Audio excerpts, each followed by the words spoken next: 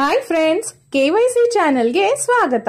ನೀವು ನಮ್ಮ ಚಾನೆಲ್ ನ ಸಬ್ಸ್ಕ್ರೈಬ್ ಮಾಡಿಲ್ಲ ಅಂದ್ರೆ ಕೆಳಗಡೆ ಕಾಣುವ ರೆಡ್ ಕಲರ್ ಸಬ್ಸ್ಕ್ರೈಬ್ ಬಟನ್ ಅನ್ನು ಒತ್ತಿ. ಹಾಗೂ ನಾವು ಮಾಡುವ ಎಲ್ಲಾ ವಿಡಿಯೋಸ್ ನ ನೋಡ್ಬೇಕಂದ್ರೆ ಪಕ್ಕದಲ್ಲಿರುವ ಬೆಲ್ ಬಟನ್ ಅನ್ನು ಕ್ಲಿಕ್ ಮಾಡಿ. ಮುಜಾಫರ್ ನಗರದಿಂದ ಬಾಂದ್ರಾಗೆ ತೆರಳುತ್ತಿದ್ದ ಟ್ರೈನ್ಗೆ ಹತ್ತಿದ ಆದರ್ಶ್ ಶ್ರೀವತ್ಸವ್ ಎಂಬುವ ವ್ಯಕ್ತಿ.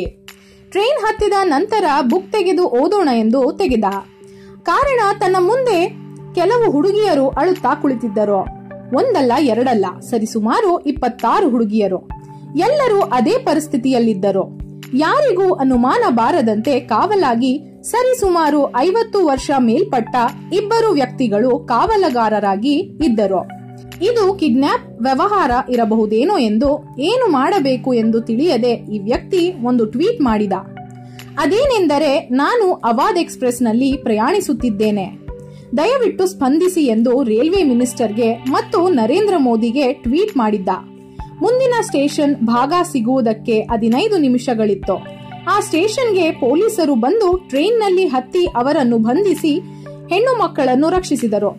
ಅಲ್ಲಿ ಇದ್ದ 26 ಹುಡುಗಿಯರು ಎಲ್ಲರೂ 10 ರಿಂದ 16 ವರ್ಷದ ಬಾಲಕಿಯರು. ಅವರನ್ನು ಮಾರಾಟ ಮಾಡುವುದಕ್ಕೆ ಗೋರಖ್ಪುರ್ಗೆ ತೆರಳುತ್ತಿದ್ದರು. ಈಗ ಬಾಲಕಿಯರನ್ನು ಮಕ್ಕಳು ಮತ್ತು ಮಹಿಳಾ ಇಲಾಖೆ ವಶಪಡಿಸಿಕೊಂಡಿದ್ದಾರೆ. ಕೇವಲ ಒಂದು ಟ್ವೀಟ್ ನಿಂದ 26 ಹುಡುಗಿಯರ ಜೀವನ ಉಳಿಯಿತು. ಜೊತೆಗೆ ಟ್ವೀಟ್ಗೆ ಸ್ಪಂದಿಸಿದ ನರೇಂದ್ರ ಮೋದಿ ಸರ್ಕಾರ ಮತ್ತು ಅಲ್ಲಿನ ಪೊಲೀಸರಿಗೆ ಒಂದು ಹ್ಯಾಟ್ಸ್ ಆಫ್ ಹೇಳಲೇಬೇಕು. ನಿಮಗೂ ಈ ವ್ಯಕ್ತಿ ಮಾಡಿದ ವಿಚಾರ ಖುಷಿ ತಂದಿದ್ರೆ ಸೂಪರ್ ಅಂತ ನಮಗೆ ಕಮೆಂಟ್ ಮಾಡಿ ತಿಳಿಸಿ.